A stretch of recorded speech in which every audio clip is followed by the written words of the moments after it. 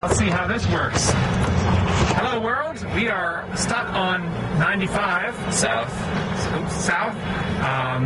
trying to get down to Monticello, the home of our second president, Thomas Jefferson.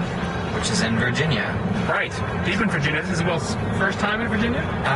Second time in Virginia. First time seeing anything of substance. I went to McLean once before. McLean. Exactly, that's what I said. Right, and he also calls it the 270, just like the internets and the Google. The Google. Actually, from California, you call all the major highways the 5, the 55, everything. It's very West Coast tradition. It's because I think they're so much cooler than us East Coasters, but that's all right. No comment. Anyway, so we'll let you know when we get there, but we always take the opportunity when stuck in traffic to record something of value, and that's what we're doing now. So we'd like to encourage you with these words. What words were that? These words. Oh, these words that we just said. Feel encouraged. Feel encouraged. Go forth and prosper. All right. I'll see you later. Hey, we just recorded an amazing, outstanding, best ever video update in a scenic field. And we're stopping for a truck.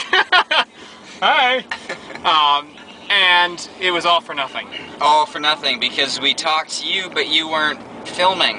And the camera thought it was still in picture mode instead of video mode. Which it was. No, it wasn't, because I had to switch it back to picture mode to take a picture of you by the car. To take this picture. Right, so anyway, we're just testing it now, which should work. We're about an hour from Monticello where we're going. Yep. We'll see if this works. See ya. Bye. Hello, and welcome.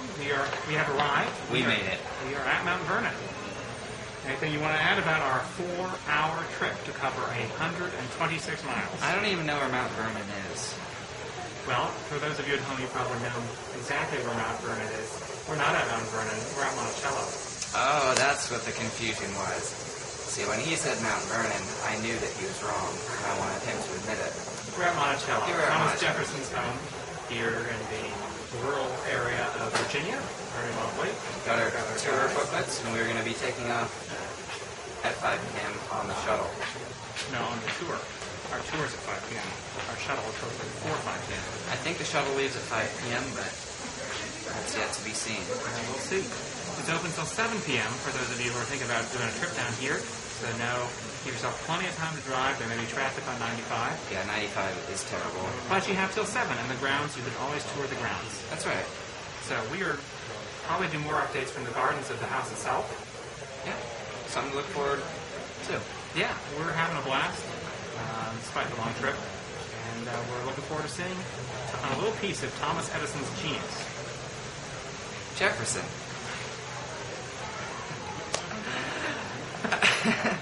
We'll be back soon.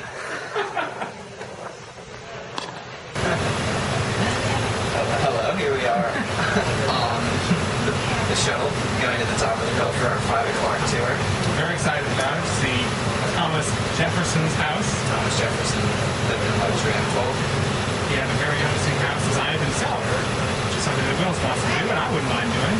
I love symmetry. We'll see if this house meets the standard that I have set forward for a symmetrical house. There's also a great book in the bookstore and lots of other places that we may want to go to. All the places in Virginia with the incredible historic houses. Right. So we may actually start at our Virginia section. Certainly a Virginia category. It's possible, yes. Even, I'm told Maryland has a few nice places to visit. Oh yeah, I was looking at that yesterday actually. So definitely up on material, but today is about Monticello. It is. And Thomas Jefferson. More update on the actual house to come. See you at the top of the hill. Well, hello. Here we are at Monticello, the most photographic site on this campus. On this property, this estate, it's one of the most photographed views of the house of anywhere around. Obviously, you recognize it from the back of the nickel. Mm-hmm. The last time you got some change at 7-Eleven or wherever you spend your money. And get change. And get change in increments of 5 cents. But you'll notice the dome, which is actually architecturally different from a lot of the other buildings built around this time period, because Jefferson was an amateur architect and he went to France, and he came back with the ideas to put in things like a dome and skylights all throughout the house, which we just saw. This is one of the earliest places to have skylights, which is an idea that, like Will said, he took back from France. Also the dome, which was here obviously before this house, but was unique in a private residence. Also, one other thing that we learned from the inside tour, shutters on the inside that fold into the frames of the windows. A very interesting idea. That's right. And he had them in his library, so whenever he wanted to read, the light was too strong, he would just fold them closed. Yeah, which I might add, the exterior shutters are completely for appearance. They can be closed, but they're not necessary because of those interior shutters, which is interesting. I wanted to ask more about that, but I never did. But one thing to note, this house was 9 years in construction, and that's quite a while for any house. And all of the railings that I don't know if you can see them, but there are railings. It's kind of a very symmetrical shape, which Will, I know, is like. That's all for collecting rainwater. We are on the top of a mountain, which is a very unique location. At that point in time, people didn't put houses on top of mountains, and they did here. And so how do you get the water up? It's a very deep well, and so he collects it through these walkways, which channel it into gutters and into a reservoir. Brilliant idea. That's right. He was a very smart individual. Yeah, and like us, an amateur architect. Just like us. We're more enthusiasts because we don't actually have anything to build. That's true, but someday we will. Someday we will. So, anyway. Keep you updated. In his study, he's got a bust of John Adams, and I often think of our relationship as being like Thomas Jefferson and John Adams. You know, we probably die on the same day, 4th of July. Hopefully. Very patriotic day to die. Absolutely. And, you know, at times they were political rivals, and at times they were the closest friends, and I feel like that so symbolizes a lot of things that we have here today. Thank you for the sentimental word. Now we're on our way to tour the basement. Yeah, it should be exciting. We'll let you know how it goes. There's no photography allowed inside, which is why we're updating from the outside here. We did just take an inside tour, walked around the main level. There are 3 levels in this house, the 4th being the basement, but upstairs we cannot go into because it's an old house and Jefferson may have been an amateur architect. He was not an engineer, though. Not an engineer. One thing I wanted to note, the infamous dome, which is so iconic for this house, was apparently used for storage. And not actually, they're not sure what it was used for, but probably storage, since there's no way to heat it. And so I always thought, someone would live up there. I want my office up there. But no, that's where kids' toys get put. Of course. And slave toys, apparently. More updates to come.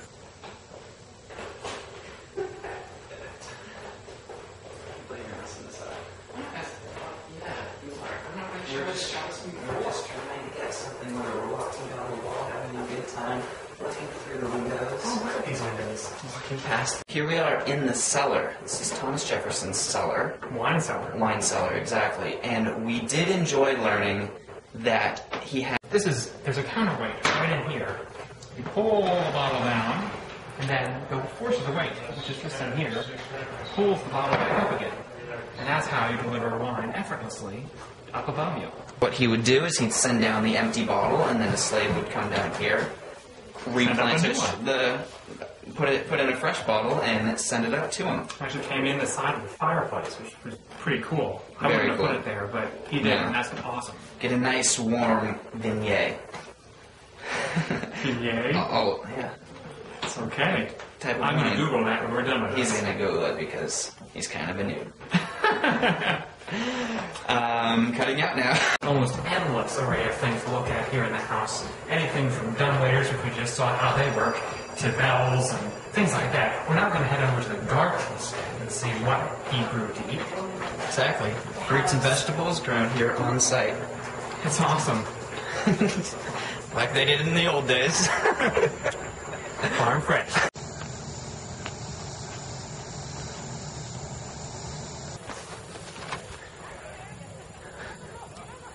Snicker, snicker, snicker, snicker.